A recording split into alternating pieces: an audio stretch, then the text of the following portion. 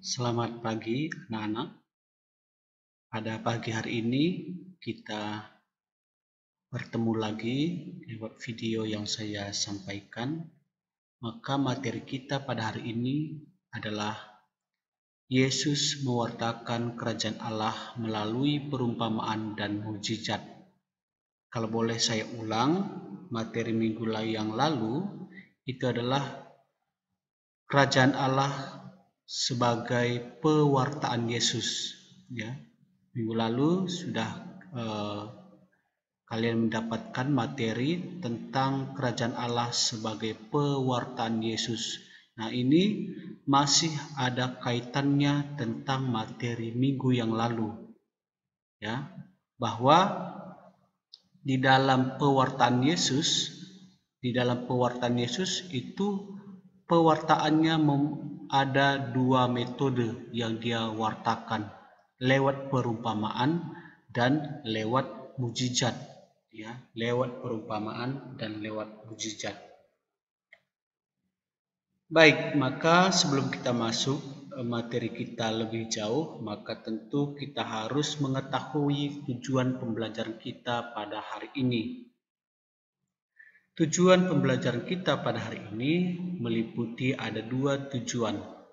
Yang pertama, bahwa kita harus tahu, mengerti, dan memahami apa arti dan tujuan dari perumpamaan. Ya. Yang selanjutnya, memahami apa pesan perumpamaan tentang kerajaan Allah yang diwartakan oleh Yesus dan cara mewujudkan dalam kehidupan sehari-hari. Nah, kedua tujuan inilah yang akan kita bahas di dalam materi kita pada hari ini. Baik, maka saya mulai saja. Yang pertama, materinya tentu kita harus mengetahui apa itu arti dari perumpamaan, ya. Kita harus tahu apa arti dari perumpamaan.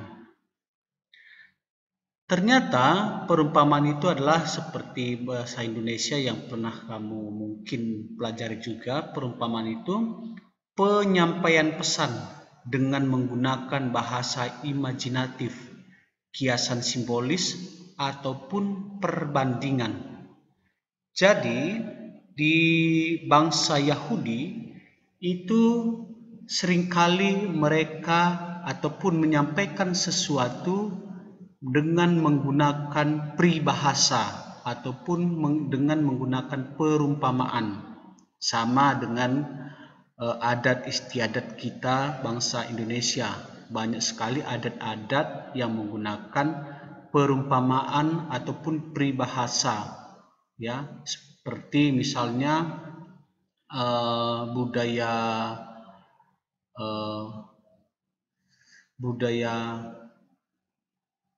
Jakarta misalnya, ya, itu menggunakan kata-kata peribahasa ataupun menggunakan kata-kata perbandingan, ya. Atau misalnya budaya Melayu, ya, budaya Melayu itu seringkali memakai kata-kata peribahasa, kata-kata perbandingan. Nah, sama halnya dengan budaya ataupun kebiasaan bangsa Yahudi, di mana untuk menyampaikan sesuatu mereka sering sekali menggunakan kata perbandingan ataupun kata-kata kiasan.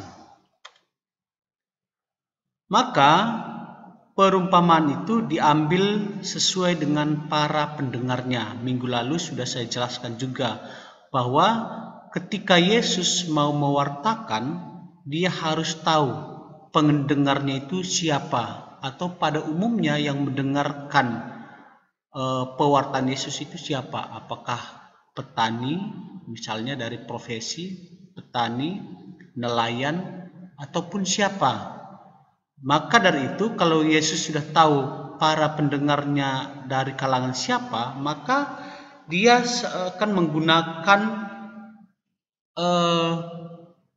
kata-kata yang sering digunakan oleh para pendengarnya. Misalnya dalam kitab suci, para pendengarnya itu petani.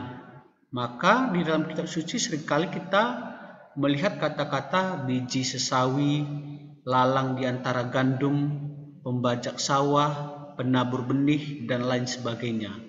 Itu menandakan bahwa para pendengarnya itu kebanyakan dari kalangan petani, sehingga Yesus mau menyampaikan kata-kata ataupun menggunakan kata-kata yang biasa mereka dengar, sehingga penyampaian Yesus itu tersampaikan ataupun maksud dari Yesus itu tersampaikan kepada para pendengarnya. Begitu juga nelayan bisa kita dengar kata-katanya, ada pukat, jala, dan lain sebagainya. Jadi, di dalam Yesus mewartakan kabar keselamatan kerajaan Allah, ada kesatuan antara sabda dan karyanya. Jadi ada kesatuan antara perumpamaan dan mujizat. Ada kesatuan antara apa yang disabdakan oleh Yesus dengan karya-karyanya. Yesus tidak hanya bersabda, tetapi juga berkarya dalam mewartakan kerajaan Allah.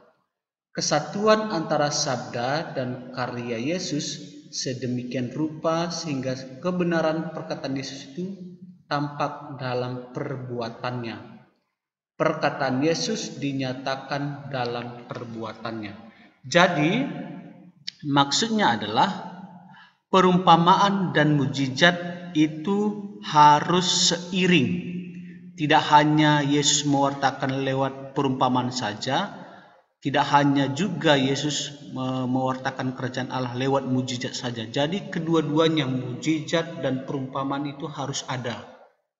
Ya, harus seiring. Tidak hanya lewat kata-kata saja tapi perbuatannya tidak ada, ataupun perbuatannya ada tapi kata-katanya ataupun sabdanya tidak ada, itu juga kurang. Jadi Yesus mewartakan kerajaan Allah memakai dua metode, lewat perumpamaan dan mukjizat. Baik, tadi saya sudah jelaskan bahwa di dalam mewartakan kerajaan Allah, Yesus memakai dua cara, lewat perumpamaan ataupun sabda, ataupun lewat mukjizat dan tindakan. Kenapa? Ada dua alasan kenapa Yesus memakai dua metode ini. Karena biasanya para pendengar Yesus, para pengikut Yesus biasanya orang yang tidak berpendidikan ataupun masyarakat biasa. Biasanya begitu, para pendengar Yesus, para pengikut Yesus biasanya orang-orang masyarakat biasa dan tidak berpendidikan.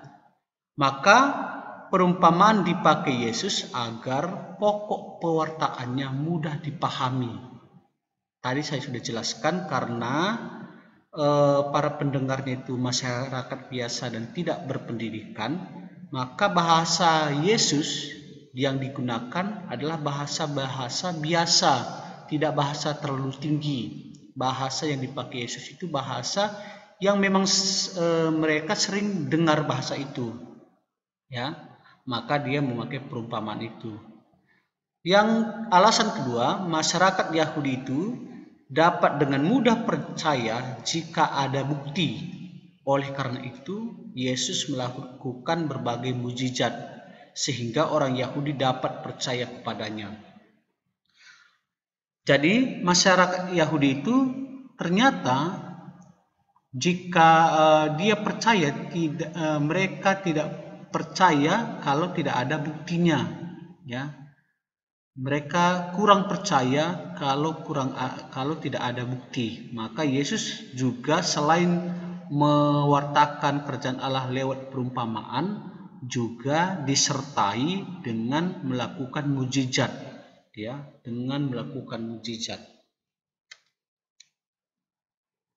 Ini tadi sudah bahwa ada dua cara yang tadi juga sudah saya sampaikan, lewat perumpamaan dan lewat mukjizat, ya. Baik, di dalam kitab suci banyak sekali contoh-contoh perumpamaan yang digunakan oleh Yesus. Bisa kita lihat. Yang pertama, perumpamaan seorang penabur. Ada di Injil Markus 4 ayat 3 sampai 20. Ada lagi contohnya benih yang tumbuh. Ada Markus 4 ayat 26 sampai 29. Ada lagi lalang di antara gandum. Matius 14 ayat 24 sampai 30. Ada lagi pukat. Matius 13 ayat 47 sampai 50. Ada lagi harta terpendam dan mutiara berharga. Matius 13 ayat 44 sampai 46. Nah, ini adalah sebagian contoh perumpamaan yang digunakan oleh Yesus. Di kitab suci begitu banyak. Ini hanya sebagian saja yang saya ambil, ya, hanya sebagian saja yang saya ambil.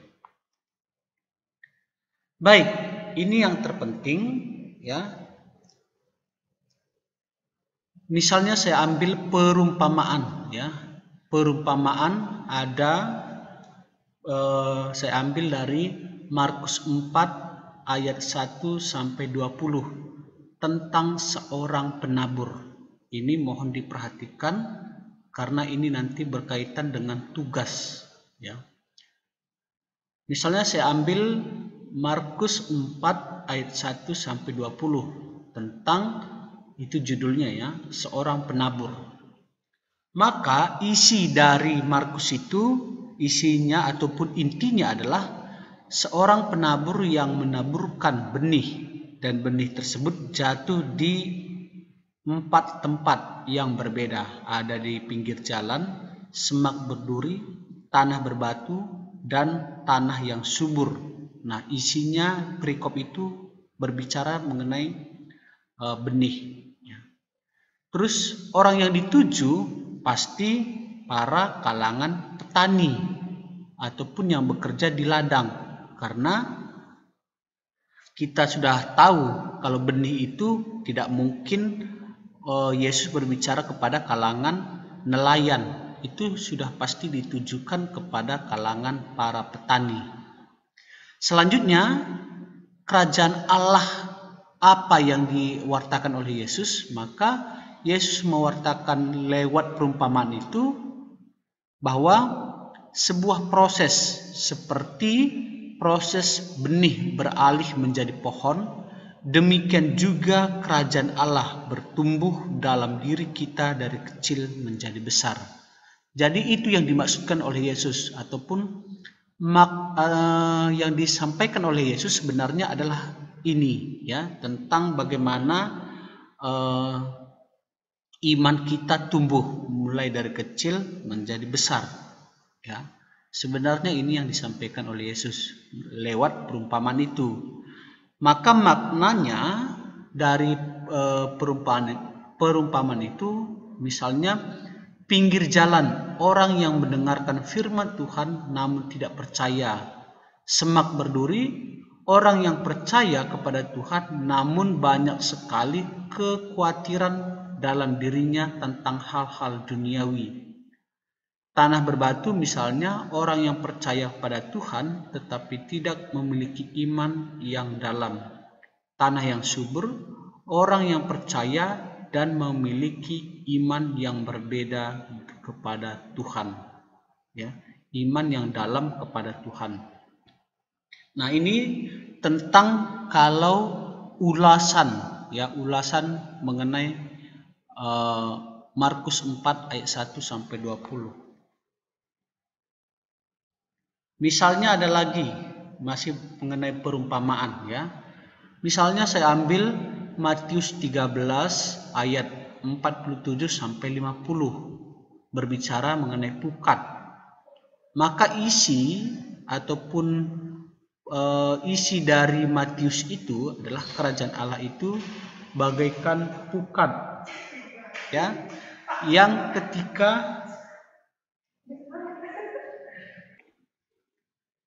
baik isinya bisa kita lihat bahwa seorang penabur yang menaburkan benih, dan benih tersebut, oh maaf ini tadi yang ini ya, dari contoh yang lain tentang perumpamaan dari Matius 13 ayat 47 sampai 50 mengenai pukat. Isinya kerajaan Allah itu bagaikan pukat yang ketika ditebarkan akan bermacam-macam ikan. Ada yang besar, ada yang kecil, ada yang beracun dan tidak. Itu isi dari Matius tersebut. Orang yang dituju sudah pasti karena tadi berbicara mengenai ikan dan lain sebagainya, pasti itu para kalangan nelayan, orang yang dituju.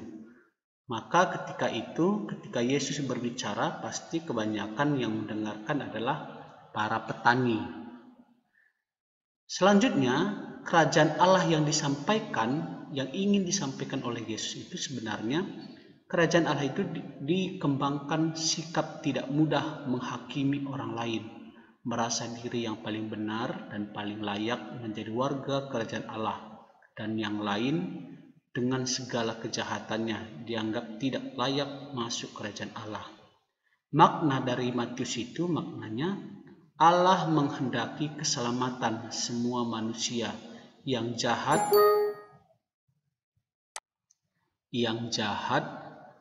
maupun yang baik, tidak pemisahan golongan, tidak ada satu pun manusia yang dapat mengejudge orang lain berdosa atau tidak berdosa, ya. Itu adalah makna dari perikop Matius 13 ayat 47 sampai 50. Itu mengenai perumpamaan. Maka kita masuk mengenai mukjizat. Mukjizat di dalam kitab suci juga begitu banyak yang dilakukan oleh Yesus. Ini hanya sebagian saja yang saya tampilkan. Adalah misalnya Yesus membangkitkan anak seorang janda di Nain, Lukas 7 ayat 11 sampai 17. Ada lagi Yesus meredakan angin ribut, Matius 8 ayat 23 sampai 27. Ada lagi Yesus mengusir roh jahat, Markus 1 ayat 21 sampai 28, ya. Maka sama seperti tadi perumpamaan, bisa kita lihat lagi. Misalnya saya ambil mengenai mukjizat, saya ambil Injil Yohanes 6 ayat 1 sampai 15 dengan judul Yesus memberi makan 5.000 orang. Isinya Yesus membuat mukjizat menggandakan 5 roti dan 2 ikan yang mampu mengenyangkan lebih dari 5.000 orang, bahkan tersisa 12 bakul. Itu adalah isi pokok dari Yohanes tersebut. Siapa yang dituju? Karena tidak ada secara spesifik, ya, maka masyarakat pada umumnya, misalnya masyarakat biasa dan golongan pendosa, ya. Dari mukjizat itu Yesus ingin menyampaikan bahwa Yesus itu adalah memang putra Allah, Mesias, ya. Yesus itu adalah benar-benar Allah, ya, bukan manusia, karena manusia tidak mungkin bisa menggandakan 5 roti dan 2 ikan. Jadi Yesus itu menyampaikan bahwa dia ini adalah memang putra Allah, Mesias, bukan orang sembarangan. Nah, dia ingin menunjukkan jati dirinya.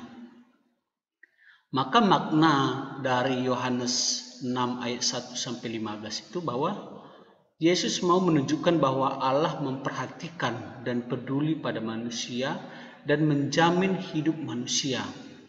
Yesus mau menunjukkan bahwa Allah dapat melakukan mukjizat seperti pada Musa di padang gurun dan lain sebagainya. Ini adalah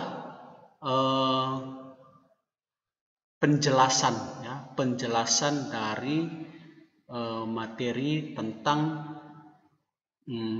perumpamaan dan mukjizat.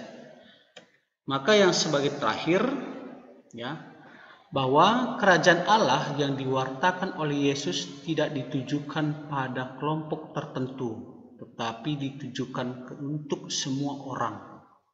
Jadi sebenarnya pewartaan Yesus itu ditujukan untuk semua orang, untuk semua kalangan, tidak dibeda-bedakan.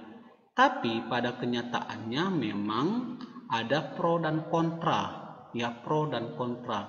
Bahwa biasanya para pejabat bangsa Yahudi itu kontra ataupun tidak mau mendengarkan sabda yang diwartakan oleh Yesus. Kebanyakan mereka adalah orang biasa dan pendosa. Selanjutnya, Yesus tidak hanya mewartakan kerajaan Allah, melainkan mewujudkannya melalui tindakannya. Tadi saya sudah jelaskan bahwa Yesus dalam mewartakan kerajaan Allah lewat perumpamaan sekaligus juga lewat tindakannya ataupun lewat mukjizatnya. Jadi kedua ini harus seiring, ya, seiring. Dan dengan mengerjakan mukjizat, Yesus ingin memperlihatkan kehadiran kerajaan Allah itu sendiri, ya. Dia ingin memperlihatkan kerajaan Allah itu sendiri. Jadi apa yang bisa kita pelajari dari materi ini? Bahwa kita juga bisa melihat ataupun mencontoh sikap Yesus itu, bahwa dalam kehidupan sehari-hari juga harus ada tindakannya, ya, ada kata-kata dan ada juga tindakannya. Bukan hanya lewat kata saja, tetapi harus dibuktikan dengan sebuah tindakan. Jangan kata-katanya bagus, tapi prakteknya itu tidak ada. Maka kita harus mencontoh sikap Yesus itu yang perkataan dan tindakan itu sama, selaras. Baik, itu saja materi kita pada hari ini, ya. Saya harapkan mengenai tadi penjelasan lewat yang saya buatkan itu mohon dipelajari, karena untuk tugas selanjutnya akan berkaitan mengenai format yang saya buat tadi. Ada isi, orang yang dituju siapa, maknanya apa, kerajaan Allah yang sebenarnya yang diwartakan apa. Baik, itu saja yang saya kira untuk materinya, maka mohon dipelajari.